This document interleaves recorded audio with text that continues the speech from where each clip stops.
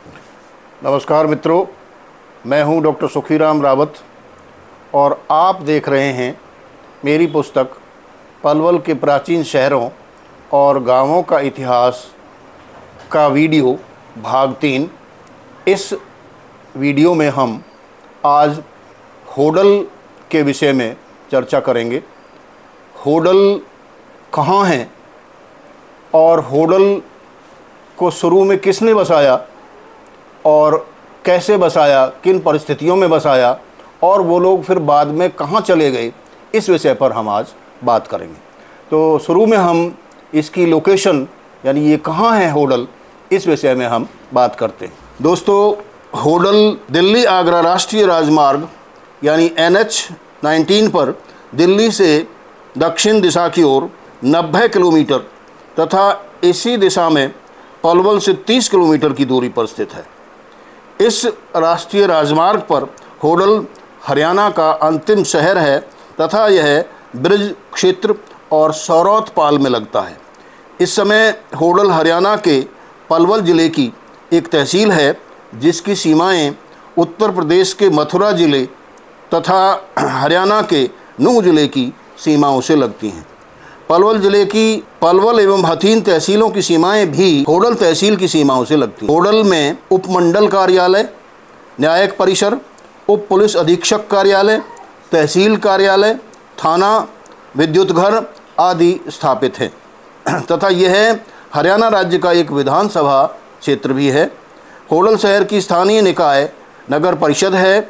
यहाँ की अनाज मंडी हरियाणा की बड़ी अनाज मंडियों में गिनी जाती है। होडल को सर्वप्रथम किसने बसाया, इसके नामकरण का आधार क्या है, होडल को सर्वप्रथम बसाने वाले लोग यहाँ कहाँ से, कब और क्यों आए, सौरतों के यहाँ आने से पहले इसके उजड़ होने के कारण क्या थे, इसके समीपस्थ काची खेड़ा को शुरू में किसने, कब और कहाँ से आकर बसाया, किन कारणों से अंत में काची खेड़ा उजड़ हुआ, क्या महाभारत काल में होडल और काची खेड़ा का अस्तित्व था, इन विषय बिंदुओं पर हम चर्चा करेंगे। मित्रों, होडल में इस समय मौजूद पांडव वन, यहाँ का तालाब, पांडवों की कच्ची गुफा, पांडव वन में पांडवों द्वारा निर्मित मानी गई 100 चौकियाँ, भगवान श्री कृष्ण का लीला स्थान माना जाने वाला चमेली वन, इस वन में अब भी मौजूद हनुमान की स्वतः प्रकट हुई प्राचीन प्रतिमा आदि प्रमाण इस स्थान को तो ब्रिज क्षेत्र के अंतर्गत स्थित और महाभारत कालीन सिद्ध करते हैं। परंतु महाभारत काल में होडल और काची खेड़ा के यहाँ बसने के प्रमाण नहीं हैं, क्योंकि होडल और काची खेड़ा को शुरू में बसाने वाले अलग अलग लोग यहाँ बहुत बाद में आए। काची खेड़ा होडल से पहले बसा हुआ माना जाता है। आचार्य पाणिनि, जिनका समय इतिहासकार 500 ईस्वी पूर्व मानते हैं, उनके व्याकरण ग्रंथ अष्टाध्यायी के सूत्र चेल खेट कटक कांड गरहायाम में खेट शब्द आया है, जिससे हिंदी का ग्रामवाचिक खेड़ा शब्द बना हुआ माना जाता है। छोटे गांव के अर्थ में खेड़ा शब्द से ही खेडली या खेलली शब्द बनते हैं। पाणिनि के समय में हाथ के दस्तकारी का काम करने वाले व्यक्ति को शिल्पी कहा जाता था और शिल्पियों के अपने संघ होते थे जिन्हें श्रेणी कहते थे। शिल्पियों के अलग ग्राम होते थे जिन्हें आमतौर पर खेट यानी खेड़ा कहा जाता था। ऐसे ग्रामों में ब्राह्मण या क्षत्रिय लोग नहीं रहते थे, क्योंकि शिल्पियों को शूद्र और अनार्य माना जाता था। होडल से कुछ दूर दक्षिण पूर्व की तरफ हरियाणा का ही एक गांव है, वर्तमान गढ़ी जिसको कहते हैं। इसके सीमा क्षेत्र में काची खेड़ा मौजूद है, जो अभी भी एक ऊंचे और काफ़ी फैले हुए टीले के रूप में अवशिष्ट है। यहाँ काछी जाति के शिल्पियों का खेड़ा अर्थात गांव था, अतः इनके नाम पर यह काची खेड़ा कहलाया। ऑक्सफोर्ड हिंदी इंग्लिश डिक्शनरी में काची शब्द का अर्थ है मालाकार अथवा माली जैसी जाति का व्यक्ति जो विक्रय के लिए फूलों की माला या हार बनाता हो अथवा सब्जियां उगाकर बेचता हो। दूसरे शब्दों में काची माली की तरह की एक जाति थी जिसके लोग अधिकतर फूलों वाले पौधों की खेती करते थे और उन पौधों में लगने वाले फूलों की माला बनाकर दूर दूर तक बेचते थे। इसके अलावा ये सब्जियां उगाकर भी जगह जगह बेचते थे। पाणिनि के समय में यानी ईसा पूर्व 500 वर्ष पहले ये काची भी शिल्पियों की ही श्रेणियों में आते थे और शूद्र माने जाते थे। ऐसा लगता है कि मानपुर गांव के पास स्थित कसेरवा खेड़ा के कसेरे, अंधोप गांव की खेली के बलाहार तथा सौंदत गांव के बल्लू खेड़ा और खेली के कलार शिल्पी पश्चिमी भारत से खासकर हड़प्पा क्षेत्र से विस्थापित होकर इन स्थानों पर आकर बने। काची खेड़ा में काची शिल्पी पाणिनि काल से पहले ही पश्चिमी भारत से आकर यहाँ बसे। जब उड़ीसा के ओड लोग ईसा पूर्व 3री शताब्दी के उत्तरार्ध में यहाँ आए तो उनका काची शिल्पियों से संघर्ष हुआ जिसमें काची परास्त हुए। परिणाम स्वरूप बचे हुए काचियों ने ओड़ों की अधीनता स्वीकार कर ली और उनके बेगार का कार्य करने के लिए भी विवश हुए। मित्रों, होडल शब्द ओड्रल या ओड्रल का भ्रंश है। वर्तमान उड़ीसा यानी ओडिशा का पूर्वी क्षेत्र प्राचीन काल में उड्र कहलाता था। उड्र के नाम पर ही इस पूरे राज्य का वर्तमान नाम ओडिशा पड़ा है। आचार्य पाणिनि के ग्रंथ अष्टाध्यायी के ततः आगतः सूत्र के अनुसार उड्रात आगतः यानी उड्र क्षेत्र से आया हुआ व्यक्ति, इस अर्थ में उड्र शब्द से तद्धित अण प्रत्यय और फिर आदि वृद्धि होकर ओड्र शब्द बनता है। पाणिनि ने विकल्प से ओड्र शब्द को भी ठीक माना है। इस प्रकार ओड्र तथा ओड्र इन दोनों शब्दों का अर्थ होता है उड्र यानी पूर्वी उड़ीसा से आया हुआ व्यक्ति अथवा उड्र पूर्वी उड़ीसा का व्यक्ति। प्राचीन काल में ओड्र लोग वस्तुतः पूर्वी उड़ीसा के पायका यानी पैदल लड़ने वाले योद्धा किसान थे जो लठैत होते थे। वे अन्य शस्त्र चलाना भी जानते थे और लड़ाई के समय सेना में रहकर लड़ाई करते थे। वे लठैत किसान खंडायत भी कहलाते थे क्योंकि वे खांडा अर्थात तलवार चलाने में भी निपुण होते थे। लठैत और खंडायत किसानों की यह परंपरा पूरे ओडिशा में विद्यमान थी।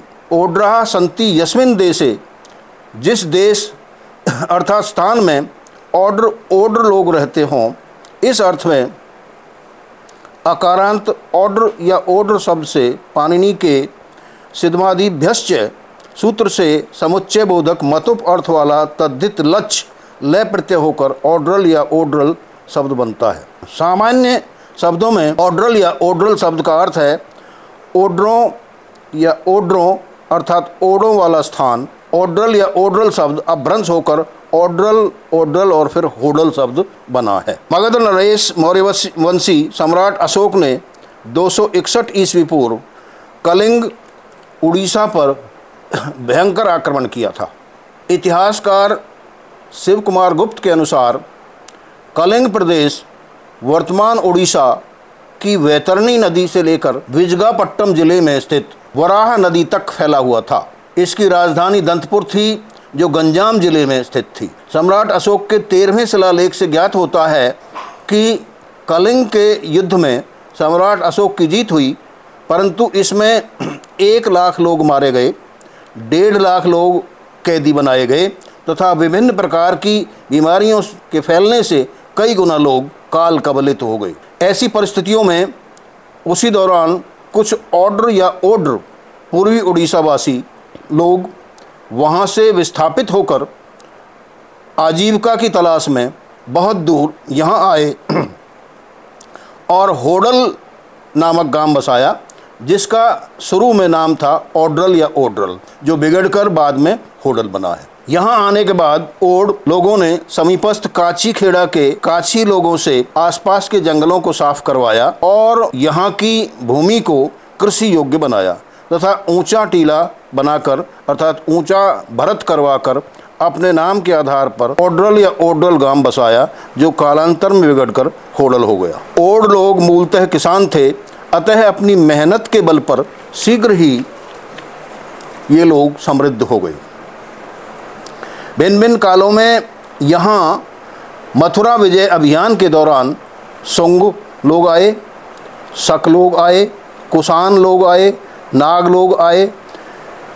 इन्होंने होडल और काची खेड़ा के लोगों को आक्रांत किया, इनकी संस्कृति और परंपराओं को भी प्रभावित किया, परंतु जैसे तैसे होडल के ओड और काची खेड़ा के काची लोग इन लोगों के आक्रमणों से बचते रहे और अपनी मेहनत के बल पर पुनः पुनः उन्नति करते रहे। लेकिन इतिहासकार केसी यादव, केपी जायसवाल, नवल वियोगी आदि अनेक इतिहासकारों के अनुसार ईसा की 4वीं शताब्दी के उत्तरार्ध में सम्राट समुद्रगुप्त और फिर उसके पुत्र चंद्रगुप्त द्वितीय के उत्तरी भारत पर किए गए जबरदस्त आक्रमणों से भिन्न भिन्न संघराज्यों के अनेक गांवों की तरह होडल तथा काची खेड़ा को तहस नहस कर दिया गया और फिर पूरी तरह से ये गांव उजड़ कर दिए गए। कालांतर में ईसा की 12वीं शताब्दी के उत्तरार्ध में सौरवों के आगमन से होडल आबाद हो गया और इस प्रकार तमरों के आने से काची खेड़ा भी आबाद हो गया। परंतु कुछ समय के बाद सौरवों और तमरों का झगड़ा होने के कारण काची खेड़ा फिर उजड़ हो गया और अभी भी उजड़ ही पड़ा है। वर्ष 2017 में हरियाणा सरकार के पुरातत्व एवं संग्रहालय विभाग की ओर से कराए गए सर्वेक्षण के दौरान काची खेड़ा के टीले से शकों और कुषाणों के काल की कई पुरातात्विक महत्व की चीज़ें मिली हैं, जिनमें ग्रे यानी भूरे रंग पर काली और ग्रे रंग पर सफ़ेद रंग की बनी हुई पेंटिंग्स, चित्रकारियाँ से युक्त मिट्टी के फूलदान, कटोरियाँ, हांडी, बेसिन यानी कटोरा और ईंटों के अवशेष मिले हैं। इस स्थान के पुरातात्विक महत्व को ध्यान में रखते हुए हरियाणा सरकार ने काची खेड़ा के टीले को राज्य से संरक्षित स्थल के रूप में अधिसूचित किया हुआ है।